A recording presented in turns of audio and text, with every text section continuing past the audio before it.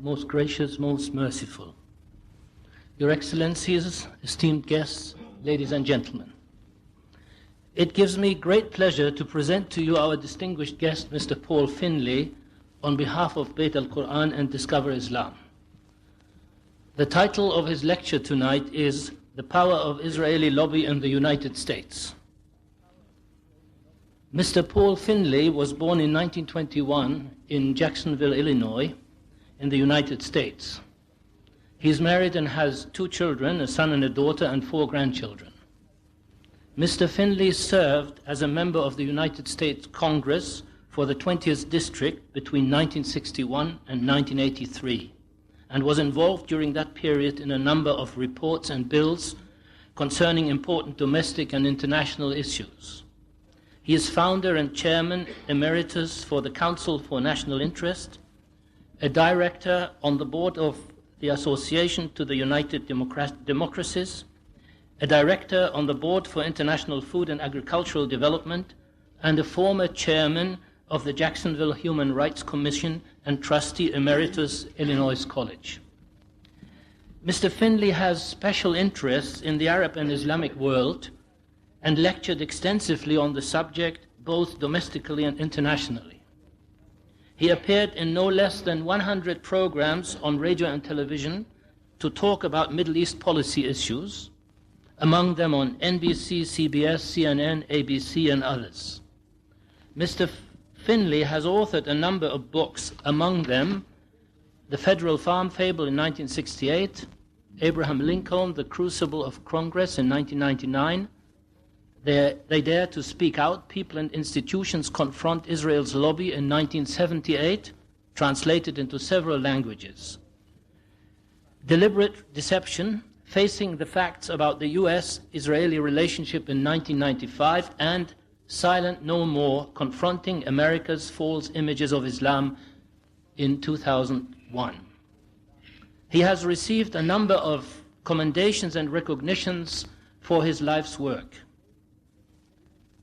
I also take this opportunity to thank His Excellency the Minister of Information for his patronage of this event, as well as Beit al-Quran and its director, Dr. Abdul Latif Kanu, for letting this event take place in this beautiful building.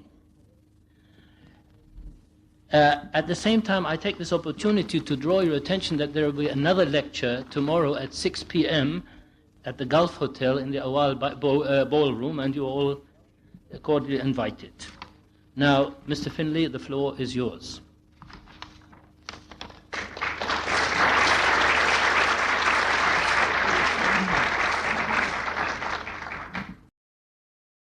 Thank you very much, Mr. Chairman, for that warm and detailed introduction.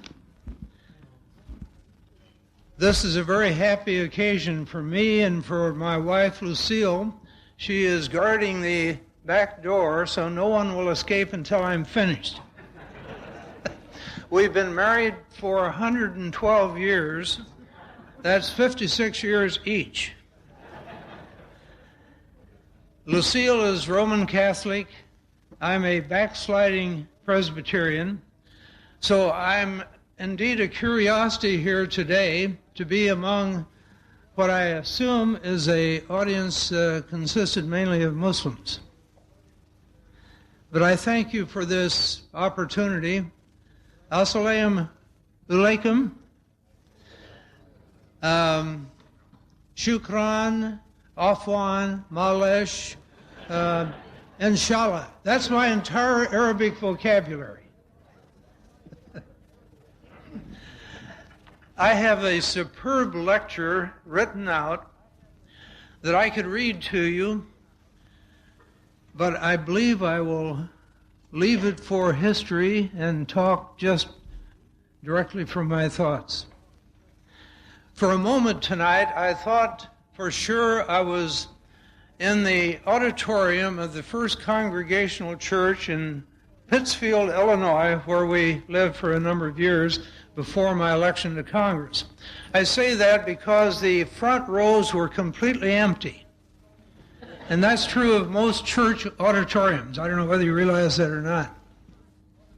In fact, the total congregation of that church, when I was a member, consisted of 36 people. The auditorium was built to accommodate a crowd of at least 500, and that meant that we could guarantee an aisle seat to everyone every Sunday of the year. I don't see any aisle seats open here tonight. The topic selected for tonight is close to my heart. In my experience in Congress, which began in the year 1961 and ended in the year 1983, I became well acquainted with the lobby for the State of Israel. It was a mixed experience. I recognized the personnel of the American Israel Public Affairs Committee, which is the organization title for the group that is registered to represent on Capitol Hill the interests of the State of Israel, people of great talent, well-educated, deeply committed to the cause of Israel. I became especially well acquainted with a gentleman named Ralph Nurenberger, a PhD, author of a number of books himself. He never once misled me. We became close friends. And I might add that when I wrote my book, They Dare to Speak Out, Ralph Nurenberger fact-checked the manuscript for me. He helped me avoid some missteps that otherwise would have gotten into print. And to this day, we're good friends, exchange greeting cards during the holidays, and I have yet to receive his reaction to Silent No More, my latest book, but I hope it'll be one that he will applaud, because I salute him as a person of commitment to Israel, but nevertheless, fairness, honesty, and honor. That's one impression I have of the lobby for the State of Israel. The other is less attractive. The lobby has effectively stamped out anything that could reasonably be called debate of U.S. policy in the Middle East. Never in my 22 years on Capitol Hill was there ever a discussion in the Committee on Foreign Affairs or on the House floor or in the Senate, for that matter, of what is best for the U.S. government and the American people in Middle East policy. That was never considered, never once. The only questions that were really examined were, what does Israel want? And when people would swarm into the doors to the House chamber, ready to vote on a pending motion, they always traditionally ask one of the staff members at the door, what's up? What are we voting on now? Because many of them are not there during the debate of a certain piece of legislation. And if the answer is, we're debating a proposition to aid the State of Israel, that's all they need to know. They say, fine, we're for it, cast their vote, yes. That is not a good tribute to the lobby for the State of Israel. Stamping out free speech in the chambers that are celebrated as the place where all major fundamental issues of public policy are disposed of, to have it known that thanks to the intimidating influence of the State of Israel, no real debate ever happens. In fact, the influence of the State of Israel through its lobby in Washington is so pervasive. It is so pervasive that the lobby wins almost every time on every issue that comes up. There are only two exceptions during my 22 years when the lobby failed to prevail. And both of them involve the sale of military equipment to the state of Saudi Arabia. Charles Percy, then the chairman of the Senate Foreign Relations Committee, voted yes on one of those two propositions. That marked him for defeat. because the lobby insists on purity, otherwise you're a bad guy, otherwise you have to go if there's a way to get rid of you. And of course I voted no on a good many propositions.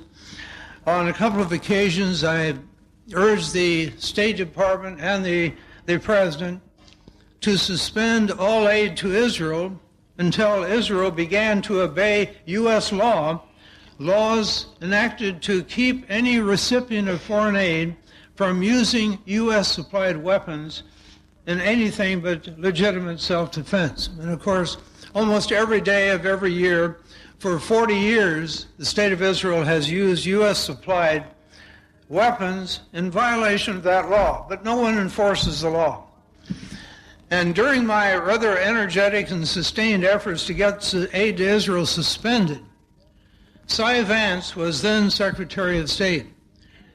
And the best he could bring the administration to do was to issue a letter saying that Israel may have violated the law. No real answer to the tough questions I placed to the Secretary of State, who recently passed on, as you may have noted, but who, in most respects, was a very fine gentleman, pursuing what was best for the United States as he saw it at the time. The lobby for Israel gains its influence through a high degree of professionalism throughout the United States. The main instrument of influence that's employed by the lobby is a network of individuals, maybe 3 or 4 of them in each congressional district. There are 435 congressional districts. There is not a congressional district that is without a group of key people who are firmly committed to what Israel wants, no matter what direction the course of Israeli policy may take. They are committed to the state of Israel. They are professional people. They're good at salesmanship. They establish a personal relationship with a House or Senate member. Over a period of years, they make sure that the person in office gets help when he needs it. They're always at the airport to greet him when he comes into their hometown. They can be counted on to be the chairman of the Finance Committee if needed. They can be counted on to chip in at least $1,000 every election cycle. Those people establish a cordial, friendly relationship with their representative and their senators. And what does that mean? That means that when an issue comes before Congress in which Israel has an important stake, it means that these people can be tapped instantly to make telephone calls to their representative, to their senator, and they can be counted on to say just the right things in a decent, not demanding, but decent and an appealing manner to express the hope that the representative would see fit to vote yes or no, whichever way they wanted it taken. I had a rather instructive experience myself one day in the House Foreign Affairs Committee.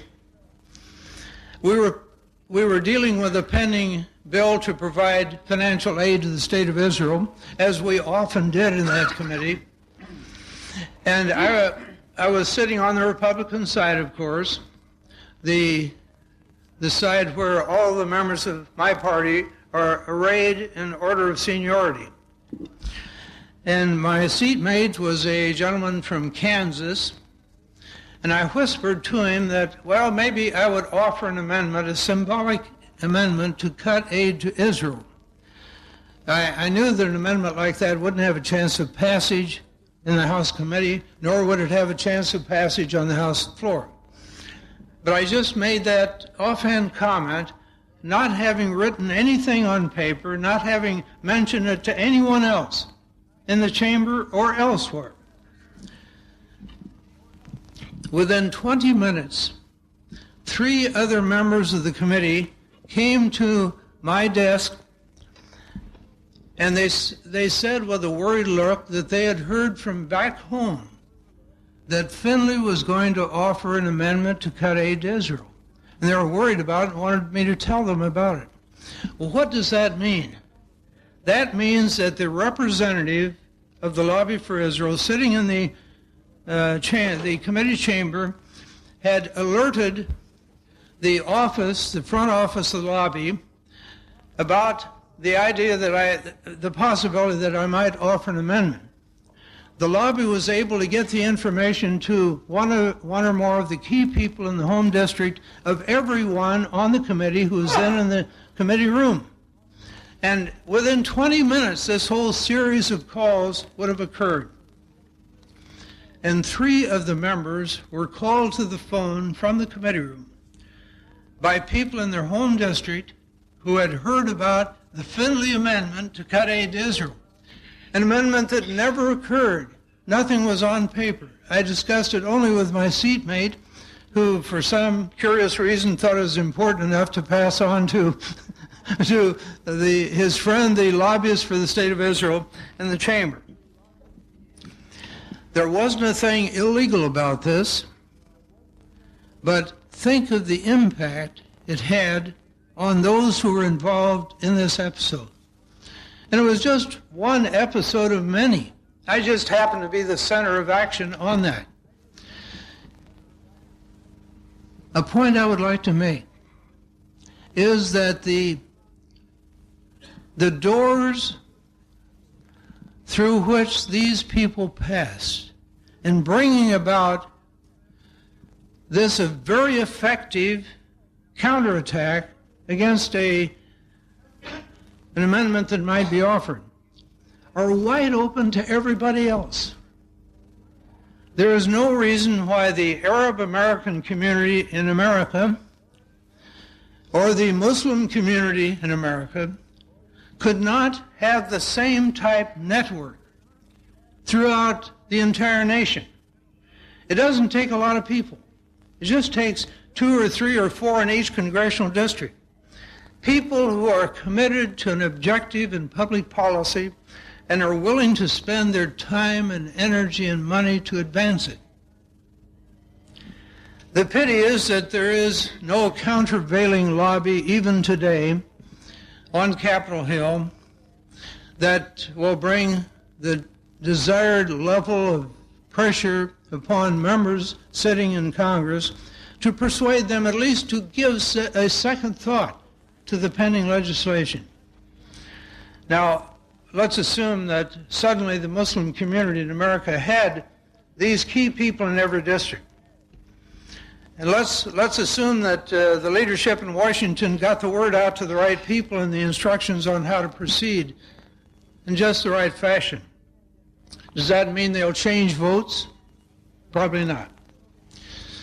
But if this happens on a sustained way, from people the representatives in Congress have come to trust and count on politically in election after election, it's bound to have an impact over time. I'd like to cite another example of the intensity of lobbying in behalf of the State of Israel in the executive branch. And this was told to me when I was writing my book, They Dare to Speak Out, by one of the retired executives of the Defense Department. He told of the day in 1973, in the wake of the Yom Kippur War that perhaps all of you remember. Israel had a rough time of it, thanks to the U.S. government headed then by Richard Nixon. Israel survived the assault.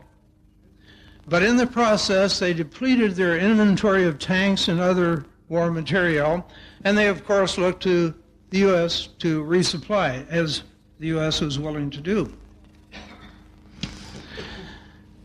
The U.S., in order to resupply the inventory of tanks that Israel wanted, decided to ship them a quantity of tanks that were a bit outdated.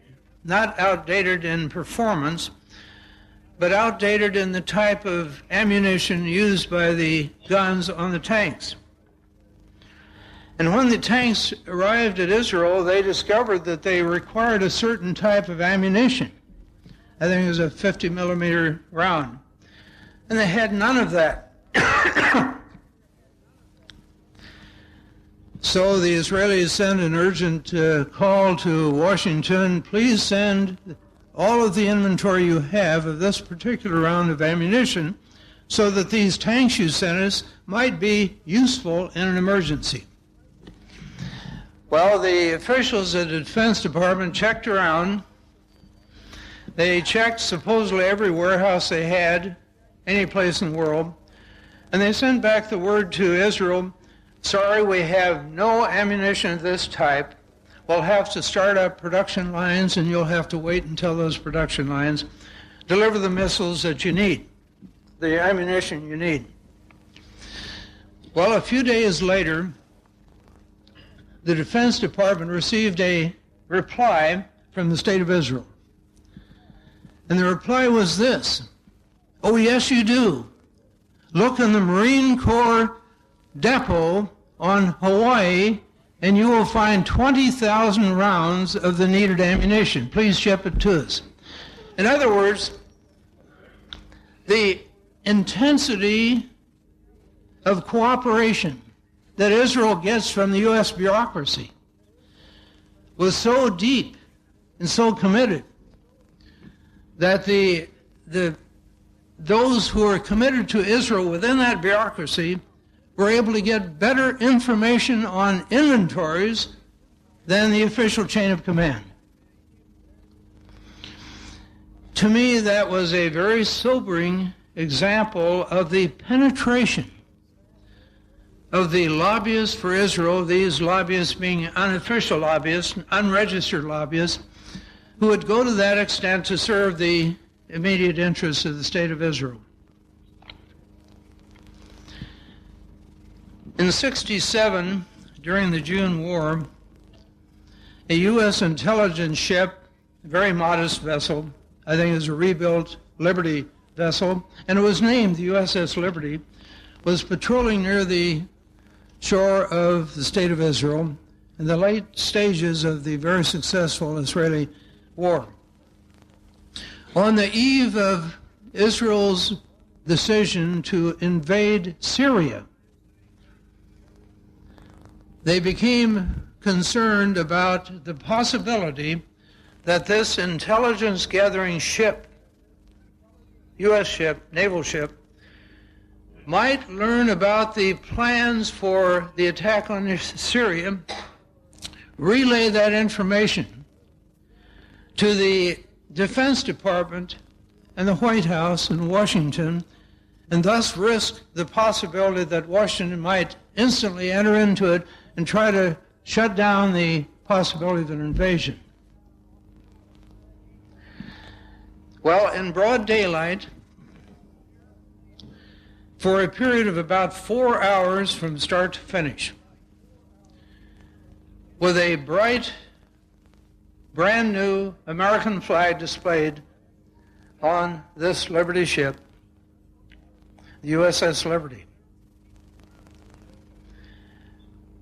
the Israeli military forces began an assault that clearly was intended to sink the ship and destroy every person aboard. They used napalm to burn alive sailors on the deck. They used torpedo boats to blast enormous holes in the side of the ship, sure that this would bring the ship down. The intelligence ship had just a couple of light weapons on board, machine guns of no consequence against airplanes or torpedo boats. Torpedo boats not only tore holes in the hull of the ship, one of them 40 feet wide. Israeli fighter aircraft even descended after the captain had ordered abandon ship, and rubber lifeboats were put in the sea so the sailors aboard the USS naval vessel could hopefully survive, they used the fighter aircraft to shoot to pieces the life rafts so that they had no chance. Thank you very much. Well, miraculously, the USS Liberty survived. I believe it was 34 sailors were killed during the assault, and over 100 of them were wounded. But the ship survived and was able to stagger into port. The crew of the USS Liberty was ordered not to say one word about what had happened. And to this day, there has been no congressional hearing into this episode, clearly one of the worst episodes in the history of the U.S. Navy. And Lucille and I are especially pained about this because both of us served in the U.S. Navy in World War II. Lyndon Johnson was president. Robert McNamara was Secretary of Defense. The admiral on a U.S. carrier nearby heard an SOS before the radio equipment on the USS Liberty was destroyed. Heard an SOS from the USS Liberty, launched aircraft to go to defend the U.S. ship, and they were ordered back by order of President Johnson and Secretary of Defense Robert McNamara. Another example of the intimidating power of the lobby for the State of Israel. Johnson didn't want to risk the possibility of Jewish disfavor because he was trying to gain support for the war in Vietnam. And he was willing to let these brave sailors who had fought so manfully to let the ship survive from this murderous onslaught. He was to let them go into oblivion, in a sense, never to tell the truth, simply because he was afraid of the reaction of the U.S. Jewish community if he did tell the truth about the episode. In preparing my book, I talked with a senior official in the Department of State, one of the many sources for my book that I promised I would not identify in print. And he told me of the remarkable discipline of the U.S. Jewish community in behalf of the State of Israel. He said as the Assistant Secretary of State for Middle East Affairs, he would have a parade of delegations of Jewish people from all over the country. One from Omaha, one from Wichita, one from Chicago, one from Boston, and so on. Series of interviews, demands to be heard by these Jewish groups. And he said every one of them was disciplined. They had a spokesperson. They were united on what they were going to say. And the recitation was the same, almost word for word, from every one of these groups, from every part of the country.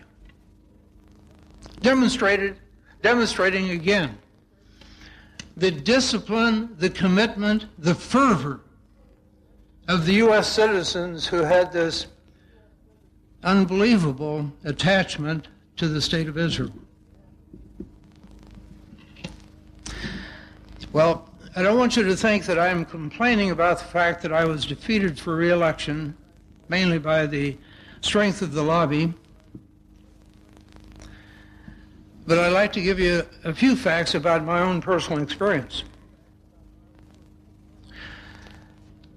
Public law required that disclosure be made about contributions by individuals that exceeded $200 during a campaign. The reports by my opponent in the year 1980 shows dozens and dozens of Jewish names that I perceived were Jewish names from various parts of the country. Some of them were rabbis identified as such, all giving the maximum to my opponent. Not a one of them had ever said hello to me. Not a one of them had ever heard a speech I gave, of that I'm certain. And yet they believed an attack against me in paid advertising, identifying me as the worst anti-Semite that ever served in the U.S. Congress. And believe me, as a result of that advertising, the money poured in. It became the most expensive congressional campaign in the history of the state of Illinois.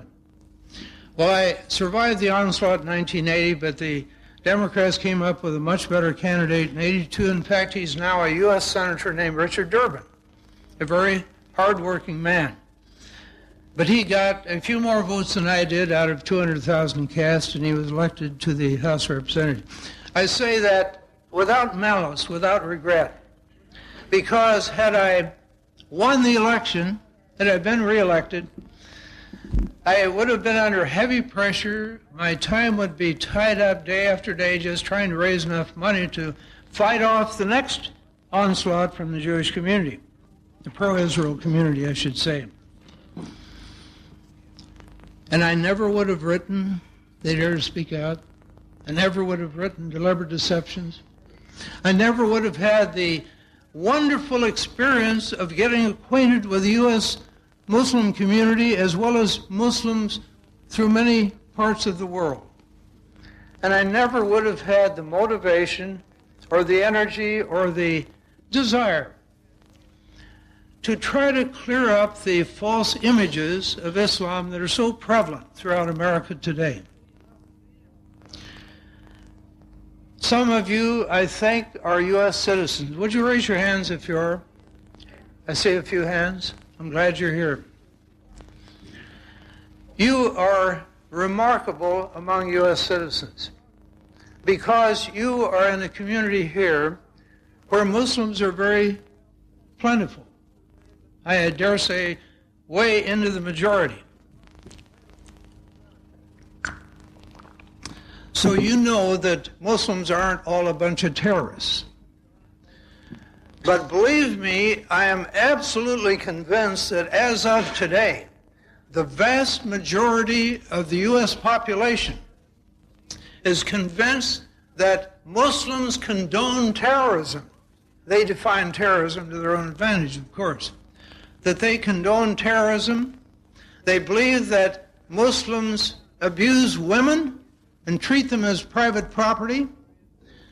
They believe that Islam is opposed to democracy, is opposed to the U.S. government, is hostile to other religions. Now, these aren't opinions that arise completely from avarice, from the manipulations, let's say, of the lobby for the State of Israel, that now has the need for a common enemy, now that the Soviet Union has disappeared over the horizon and has become Islam as a common enemy. Some of this false imagery is, is a result of malice. But most Americans have never in their lives knowingly had a conversation with a Muslim. Never. I was 52 years old before I had my first conversation with a person I knew to be a Muslim. I had served in Congress for 12 years. And if I had that experience, you must believe that most other Americans in my part of the country did too. Downstate Illinois has just a few hundred Muslims. Our hometown of Jacksonville, a college town of about 30,000 population, has one Muslim for every 3,000. In other words, just a half dozen. And this means that the American people draw their impression of Islam out of a depth of ignorance, as I did. I harbored rather unsavory ideas about Islam before I got acquainted with the faith. Most of the 7 million Muslims who now live in America have come there since the end of World War II. So my childhood was in an America where Muslims were almost totally unknown in any part of the country. Now there are 7 million, but most of the 7 million are concentrated in settlements, you might say, that are substantially isolated from the rest of the American community, even in a big city like Dearborn, Michigan, which is a part of the Detroit metro complex.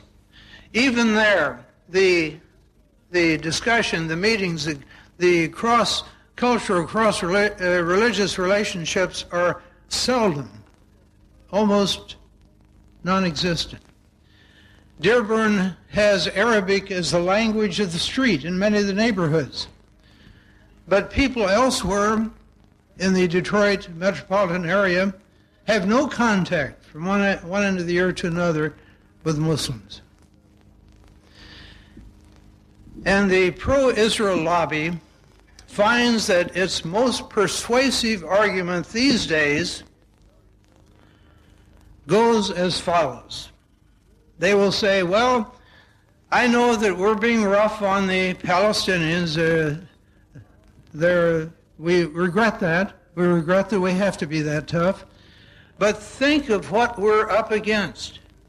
Not just the 4 million Muslims in the territories that we occupy, 4 million terrorist Muslims, but think of the millions of other terrorists surrounding Israel and the occupied territory that we have to be concerned about. We have to be tough.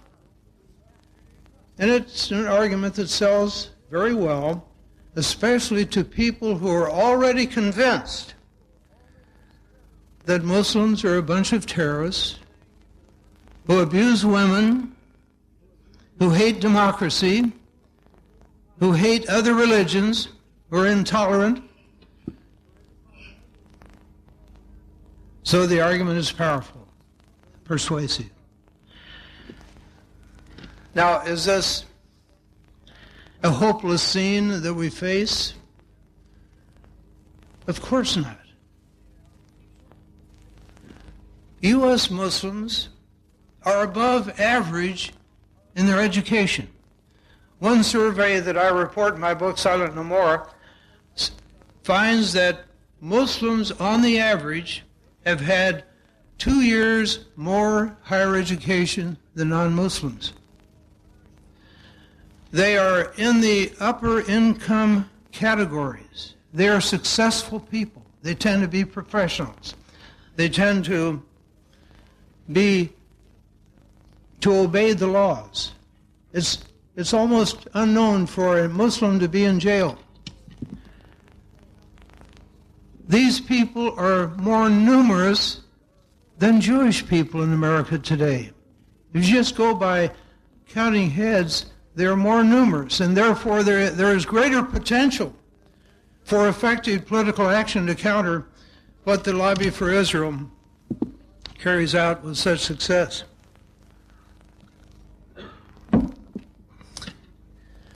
But for a variety of reasons, they have decided to sit on the sidelines, even in the wake of 9/11, an episode that strengthened, deepened the hostility of non-Muslims who have no direct knowledge or accurate knowledge about what Islam is all about. Because the news reports have shown pictures and names and religious affiliation of the people held responsible for 9/11. And every one of them is an Arab, every one of them is a Muslim. So why would the American people not conclude that this was an act by those of Islamic commitment? And yet, with the numbers, with the education, with the financial resources, the U.S. Muslim community could, within a very few years, become a powerhouse politically. But U.S. Muslims are only now beginning to get into the political mainstream. Fortunately, I'm able to report that there are 4 organizations, each of which is devoted to getting U.S. Muslims active in the policy and partisan arenas. And they're making some gains. Just in the last election, the presidential election, Muslims not only elected several hundred people in lower offices throughout the nation, but they also were a crucial element in the election of George Bush to the presidency. Many of them are wondering why at this stage, I must say.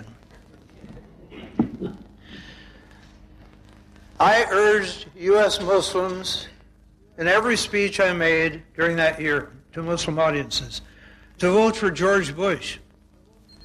I did so because I felt he would be free of Zionist pressure. The Zionist money went to Al Gore, not to George Bush. For one thing, they had memories of George the Elder, the fact that he issued an ultimatum to Shamir during a big fight over whether or not U.S. guarantees would be offered for bonds issued by Israel.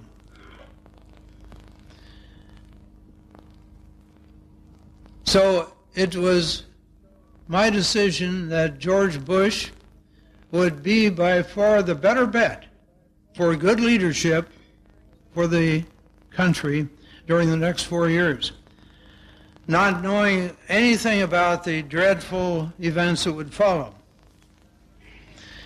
And I'm not saying that they all followed my advice, but they came to the same conclusion. 70% of U.S. Muslims voted for George Bush. 70%.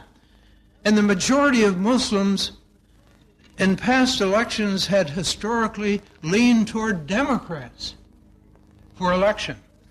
But they saw Bush as the hope, and they demonstrated a remarkable level of discipline by voting 70% nationally for George Bush. And in the keynote state, Florida, the percentage was even higher, somewhere up in the range of 90%. In fact, in Florida alone, 20,000 Muslims voted for Bush, and in casting their ballots, they voted for the first time in their life. So who can doubt the fact that Muslims put George Bush in the White House? That was more than 20 times the margin, just from the first-time voters, that made the difference.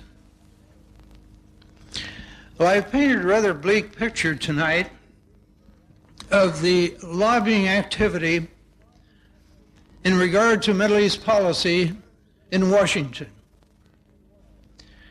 And no one can question the importance of U.S. policy in the Middle East.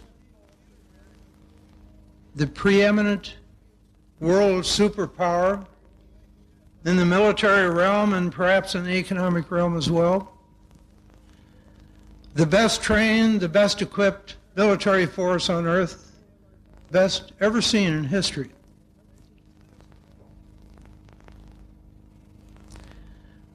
Well, I will wait until tomorrow night to continue this discussion,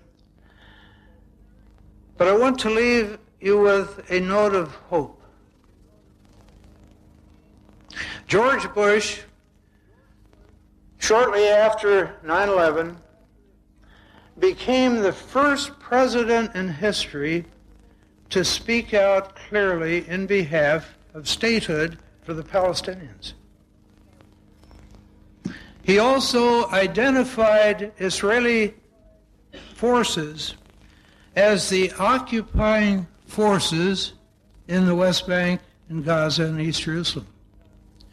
That was a substantial change in rhetoric that in some ways was more important than the statehood announcement, because it meant that the occupying force came under international law set forth in Geneva Conventions, set forth in the UN Charter, and in other legislative enactments through the World Court.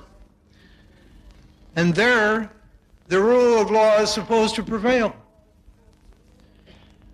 And if George Bush meant what he said, about the forces being an occupying force and not just some administering force as the Israelis like to view it.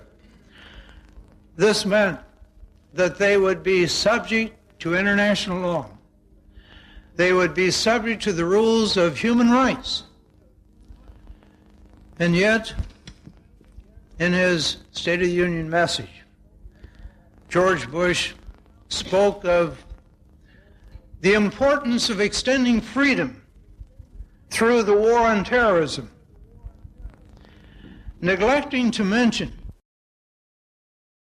that in some ways was more important than the statehood announcement, because it meant that the occupying force came under international law set forth in Geneva Conventions, set forth in the UN Charter, and in other legislative enactments through the World Court. And there, the rule of law is supposed to prevail. And if George Bush meant what he said about the forces being an occupying force and not just some administering force as the Israelis like to view it, this meant that they would be subject to international law. They would be subject to the rules of human rights. And yet, in his State of the Union message, George Bush spoke of the importance of extending freedom through the war on terrorism, neglecting to mention that the U.S. government that he heads was guilty, as had been his predecessors, in providing the Israeli people with the munitions through which freedom was denied every hour and every day and every year, year after year, to the Palestinian people. What hypocrisy! Then he talked about extending democracy throughout the world.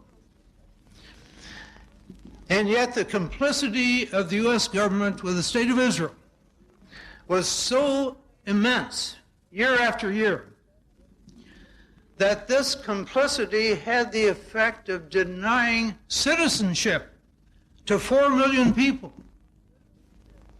Citizenship, the fundamental key to any democratic society. Such hypocrisy. Well, I'm glad you gathered here tonight. I hope I haven't ruined your sleep for the evening. And I really believe that there is hope. I am heartened by what Crown Prince Abdullah has set forth in his recently stated plan. It is not universally applauded by Arab countries. It's not universally applauded, you can imagine, by the State of Israel. But it does raise a beam of hope in an otherwise bleak and forbidding scene. Without that, what chance would any Israeli or any Palestinian have for a better tomorrow? Israeli citizens are human beings, just like Palestinians. They surely long for the day when they can have a life reasonably free of stress, without having to worry about somebody with a munition strapped around his or her belt blowing them up in some quiet street in Jerusalem or elsewhere in Israel.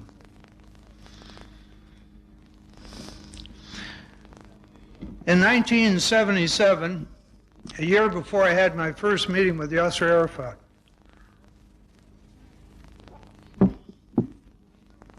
I introduced in the Congress a bit of legislation that, of course, got filed away and went nowhere. But it also provided for the withdrawal of Israeli forces from the occupied territory in toto, as does Prince Abdullah's plan. But it also provided for a U.S. guarantee of the new borders. And I propose that the U.S. promise to provide monitoring military forces along the entirety of the new border between Israel and the new Palestine. I felt that was an absolute necessity to have the plan have acceptance by Israel, certainly, although probably not a necessity from the Palestinian standpoint. I had been on the committee that dealt with the authority under which U.S. troops have now been monitoring the border between Egypt and Israel for, I guess, 20 years at least, probably more. And it has been an incident-free experience. No doubt there were hot tempers on both sides of the border, but the presence of U.S. troops took care of the problem. And I believe it would have a chance to take care of the problem today. Crown Prince Abdullah didn't include that, and perhaps he thought it best that he not be telling the U.S. government what to do. I would understand that if he did. But I believe that the combination of recognition of Israel and the provision of monitoring troops on the border could turn the misery and the darkness of tonight into bright hope for tomorrow for all of the people that live on the Israeli side of the border, as well as on the Palestinian border and beyond. I know that the plight of Palestinians is the central issue for every Muslim on earth. I don't doubt that a bit. And this would bring rejoicing throughout the world. It would bring great credit to whoever heads the State of Israel, whoever heads the Palestinian movement, whoever is the President of the United States. And yet today is bereft of hope, full of bombings and death and the killing of innocent people. I can't resist telling you that, I'm sure I don't have to tell you this at all, but during Israel's murderous assault on Beirut back in 1982, more than 17,000 innocent civilians died. 5 times the death toll of 9/11. And yet there was no mourning, there was no sympathy extended in any measurable degree from America towards those victims of Ground Zero in Beirut. Quite the contrary. No sooner had those killed been buried than the Congress, and I know this because I was there as a member, no sooner did the Congress give to Israel enough money to resupply its war machine. This war machine was supplies depleted by this terrible massacre. The day after 9/11, in Jericho of biblical fame, a group of Israeli tanks moved in, spraying gunfire in all directions,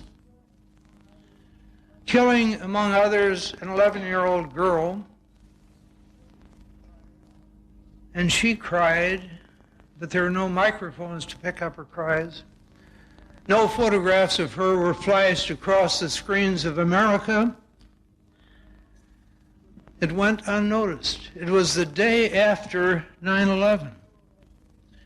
And Israel had taken the opportunity during that grave moment when all attention was centered on New York City and the Pentagon to begin its renewal of this murderous movement of firing tanks through little villages like Jericho. The Associated Press reporter was the only one who attended that grim scene. There was another Ground Zero that day, the day after 9/11 in Jericho, the burying of this 11-year-old girl. And the reporter noted as the tanks finished their murderous foray through Jericho, they noticed a tower of smoke and a burst of orange on the edge of Jericho. Not as large as the one over Ground Zero in New York the day before, but nevertheless a symbol of the death of innocent people. Thank you very much.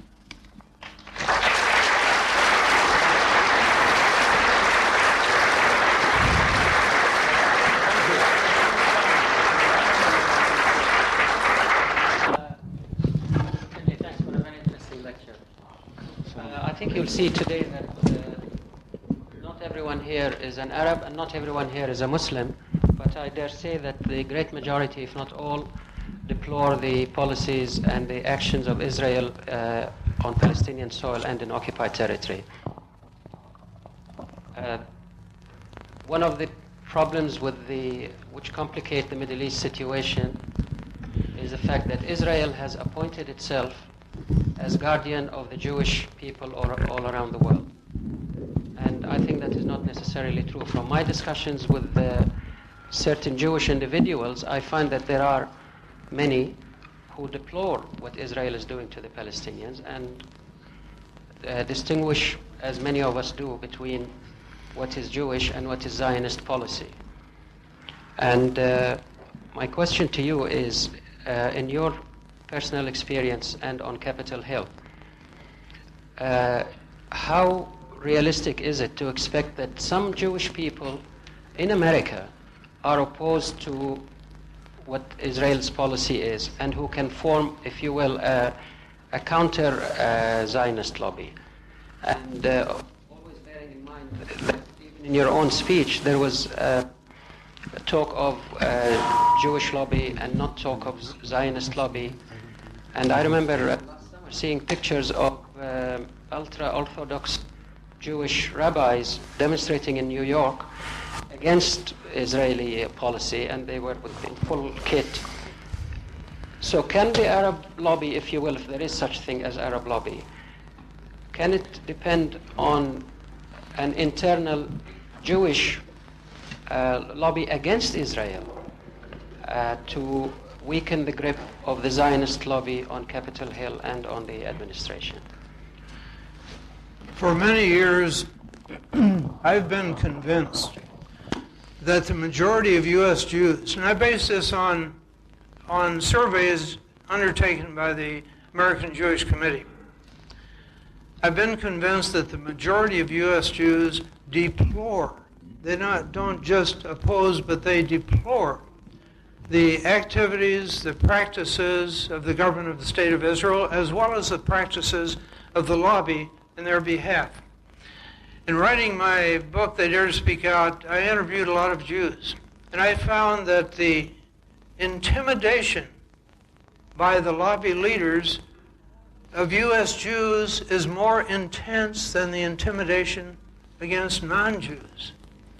They are frightened that they will be denied social opportunities, membership in Jewish country clubs, for example, be denied opportunities in business if they speak out. Much the same reasons that so many non-Jews give for not speaking out. Even today, the organization that I helped to found, Pete McCloskey and I did it together, the Council for the National Interest, has great difficulty raising money. Not that there aren't people out there with money who agree with our objectives, but they don't want to be identified in any document that might possibly become public as a critic of Israel. It's an immense problem. About the Israeli people, how can they not yearn for a better life than they have now? Many of them are leaving Israel, of course. Tourism is down almost to zero. Their economic life is being stagnated. And they almost wonder when they wake up in the morning what dreadful explosion might kill or injure a member of their family or one of their friends. It must be a dreadful atmosphere in which they live today. Years ago, when I was in Congress, I knew of a substantial number of Israeli citizens who were part of a peace movement. In fact, surveys, even at that time, showed that a majority of Israelis would support the establishment of an independent Palestine next door. And surely the numbers of such people have increased during 9/11. And surely the day will come when our president will finally recognize the centrality of the plight of the Palestinians. It's not some troublesome little sideshow to his war on terrorism. It is viewed by probably 2 billion people worldwide as the major source of concern in international policy today. Who would deny that statement? Surely you would deny it. Oh, okay. Thank you. I think I tend to respond to questions at great length. I'm sorry. Excuse me, if try and keep your questions direct and short, please. The gentleman. And the answer short, too. Thank you again, Mr. Findley. I have, I guess, one observation and a question. One of the things that I have learned from this today's interesting lecture is the fact that, apart from what we know in this part of the world, that one of the reasons for the power and the influence that the Jewish lobby have in the States is the media. I mean, what I've learned today is that they are also very organized and very professional, and they do their job correctly. But to what extent the media has a role in emphasizing the influence of the Jewish lobby? And the second thing that I have is we hear now and then on the TV and the radio and the press that, for example, the Secretary of State would be called for a hearing in the Congress. Now, like for example today, this is what we saw on the TV, that Secretary of State Colin Powell was called, or he was there for a statement, and he made some what we thought was very positive in favor of the truth and reality and fairness. My question is, to what extent these congressional hearings are important, and to what extent could affect or change the policies of the United States, and whether they are really taken seriously by the Congress, knowing that they are there as long as it is for Israel, they will support it without necessarily knowing even the content of it. Thank you. U.S. policy in the Middle East is often described not as foreign policy, but domestic policy. Members of Congress always have their finger up to the wind about the next election. How will my vote affect my chances of re-election? It's not a very complimentary assessment of the legislative process, but it's the truth. And until members of Congress are convinced that supporting Israel might damage their chances of re-election, they're going to continue to support what Israel wants. Sad but true. I hang my head in shame over the behavior of the U.S. Congress when I was serving there for many years and since. And I believe the day will come, provided we eventually get history books that report the truth, when a future generation of Americans will rub their eyes in dismay when they see the complicity of the U.S. government in the humiliation and destruction of the Palestinians.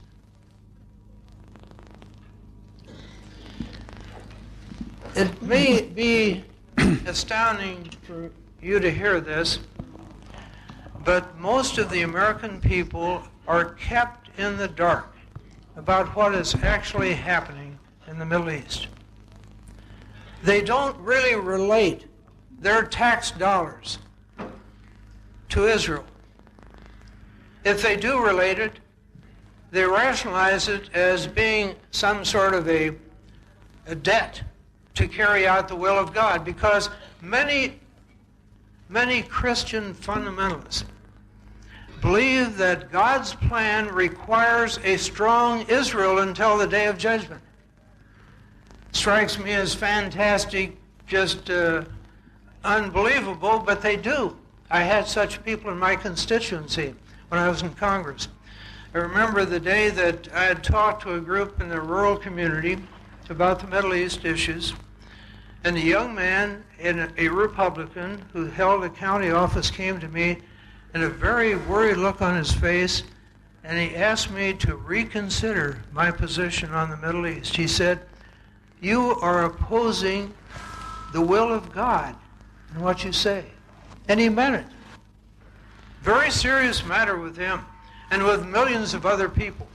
So we not only have the pro-Israel lobby that consists mainly of Jews, but we have a Christian group, not organized in the same lobbying forum, but they all vote. And they're easily disciplined by the televangelists of our society. One bright spot that I can relate to you goes back to the showdown that George the Elder had with Shamir over the guarantee of Israeli bonds. I remember vividly the day that Bush had a little news conference, and he said, "Here am I, just one person, standing up against 1,000 lobbyists swarming over Capitol Hill, trying to reverse my objection to the loan guarantees." Bush had refused Shamir's request for loan guarantees until Shamir would agree to stop the construction of illegal settlements. And the American people were immediately with Bush on this showdown. One of the polls showed 90% support for him. I think that George the Younger can recall that moment and be encouraged by the response of the American people. He has the bully pulpit always at hand. He has enormous resources to tap to bring about public understanding, to rally public support to his position.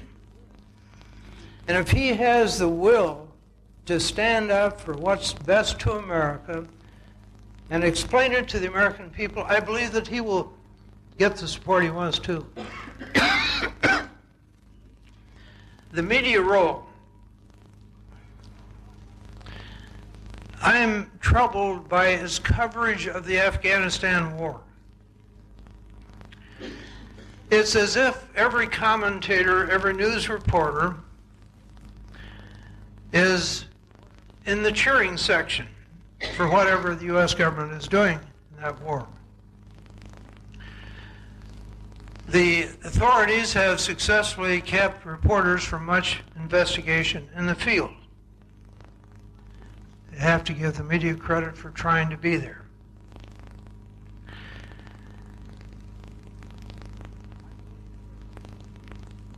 I believe that the media is better informed about Middle East issues today than it was a few years ago. I believe the dreadful assault on Beirut in 1982 was a turning point for many. I don't buy the idea that the media is simply the bought and paid for servant of Israel's lobby. My own experience on the firing line with media is that when you have a good case to present to them, they will give it fair treatment.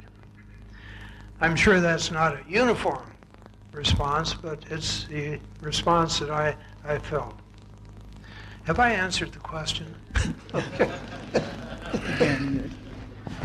Mr. Findley, thank you for a most intriguing speech. Now, I'm going to refer first to your last answer, or your answer to the last question on when the elected officials in Capitol Hill feel that it is in their interest to get re-elected to support, or not, in that case, not to support Israel. But the question is here, this comes from the public, from the voters.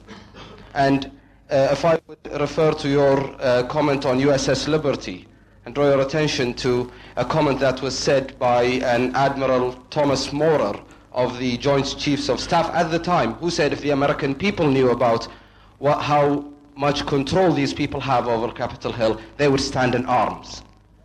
Why don't they, sir?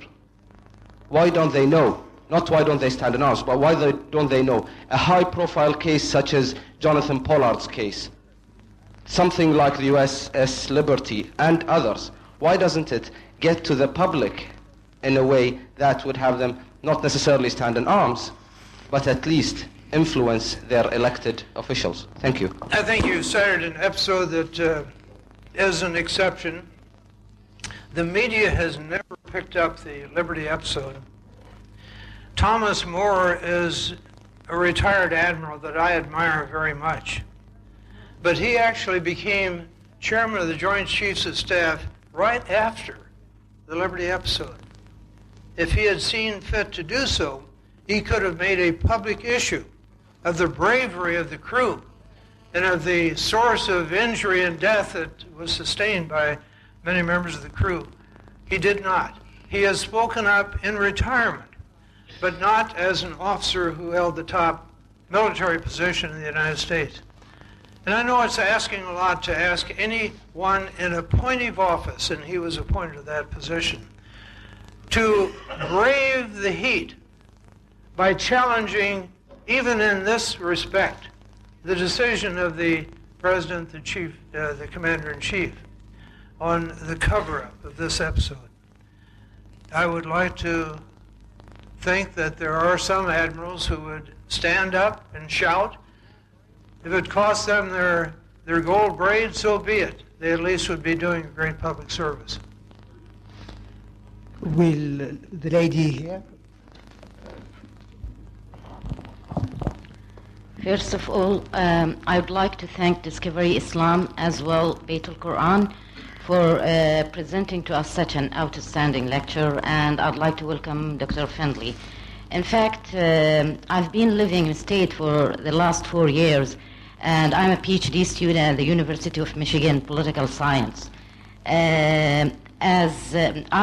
Also, I'm a member in ISNA, Islamic Society of North America, as well CARE. And I feel the pain for the Arab Muslim community's pain over there in the state. In fact, we have two true friends. One is Dr. Findley, and the second one is Congressman David Bonnier. And right now, David Bonnier is running for the governorship of Michigan, and in order to discredit him, already his opponents have already accused him of being an Arab Muslim sympathizer. I'd like to know what's your response here in this matter.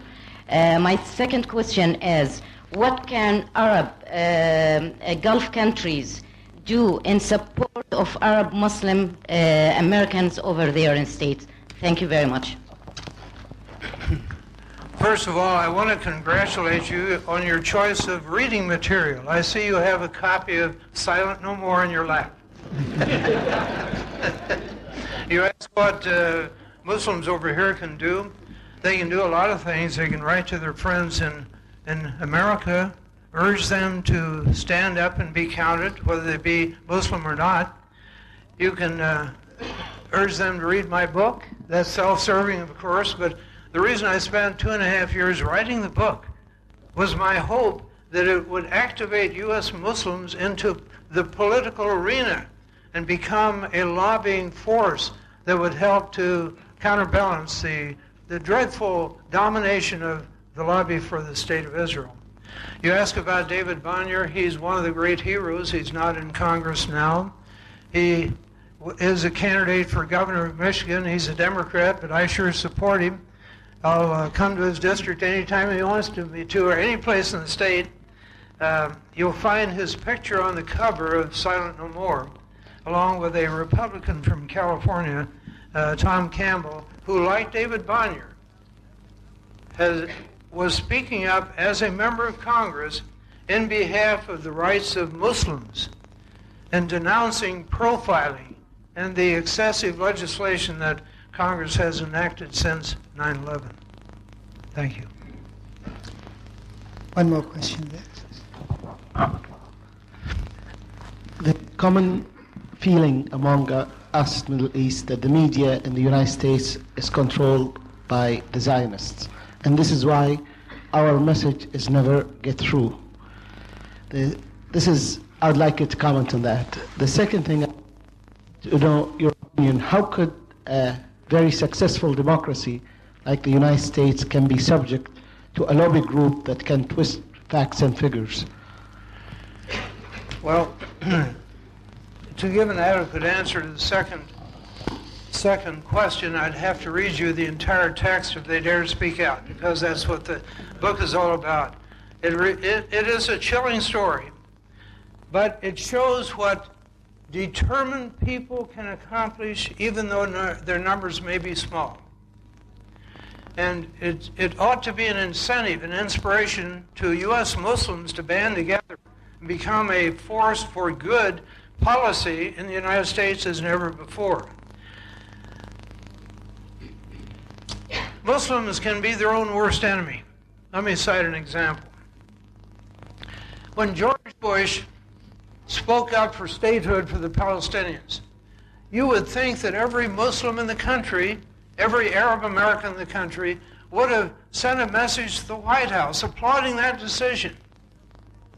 You know that the pro-Israel crowd just smothered the White House with denunciation of what the president had to say.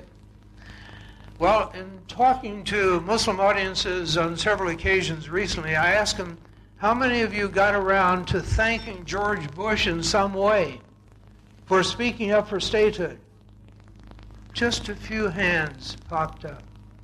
The rest were silent. Now, George Bush is a politician. If he gets 10,000 messages denouncing this idea of statehood for the Palestinians, and just a handful on the other side, what do you expect him to do? Go with the tiny minority that doesn't seem to care? It may be one of the reasons for what seems to be his turnaround on Middle East policy. I hope better days are ahead, though. I'm trying to stir up Muslims every chance I get, including in Bahrain. One more question, sir. Good evening, Dr. Findley. Thank you for your lecture, and thank you for your courage and commitment for spreading awareness. We appreciate that. You said that the Israeli issue was a domestic issue, domestic policy. How does that, how do the American people reconcile with the fact that the war has been brought to their shores, so to speak, because of their foreign policy and because of their bias towards Israel? How do they accept that the actions of their government has brought destruction on their own land? And on the flip side, how does the United States basically face the other nations that are aware of this bias and the people of those nations who are aware of this blind support of Israel, now that the world is becoming a community and is no longer isolated as it was before?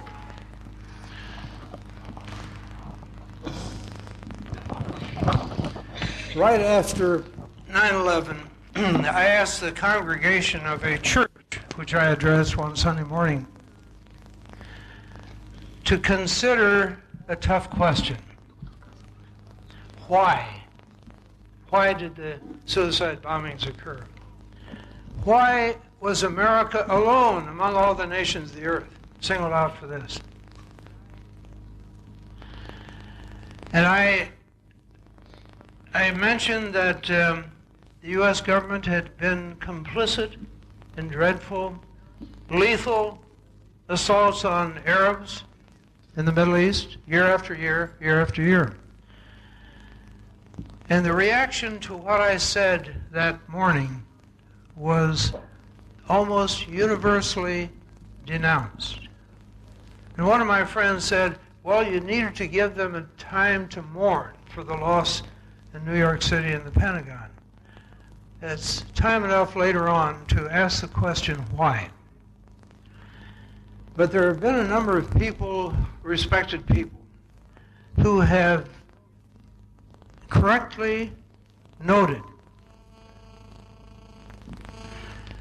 that the only nation that has been singled out for retribution on this scale has been the only nation that has consistently supported the state of Israel in its devastation of the Palestinian people. Do most Americans see that? Probably not.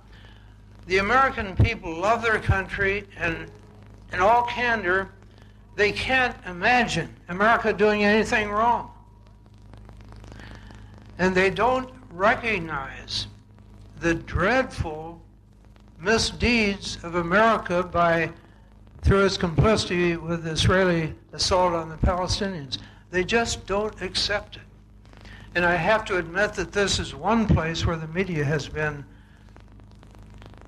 of great effect.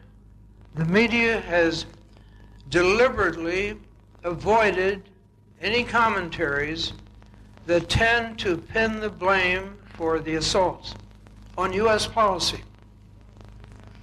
I noted that the television media, in publishing these films of Osama bin Laden, in his comments on the bombings, suicide bombings, conveniently cut off comments that Osama bin Laden made denouncing the U.S. government for helping Israel abuse the Palestinians. He almost always, in his commentaries, has made that charge, listing it among the reasons why he felt that the assault on America ought to go forward. Now, that's no justification for what happened, but it shows it's evidence of the bias. The first report on Osama bin Laden, in which he listed his grievances, did list the assault through complicity on the Palestinians. But the same film was repeated time after time after that, and it always stopped short of including his reference to Israel. Well, sir, I think we'll give you a break now. Thank you very much indeed for this enlightening lecture. As it is customary, we normally present our guests with a commemorative medal. I call on our chairman.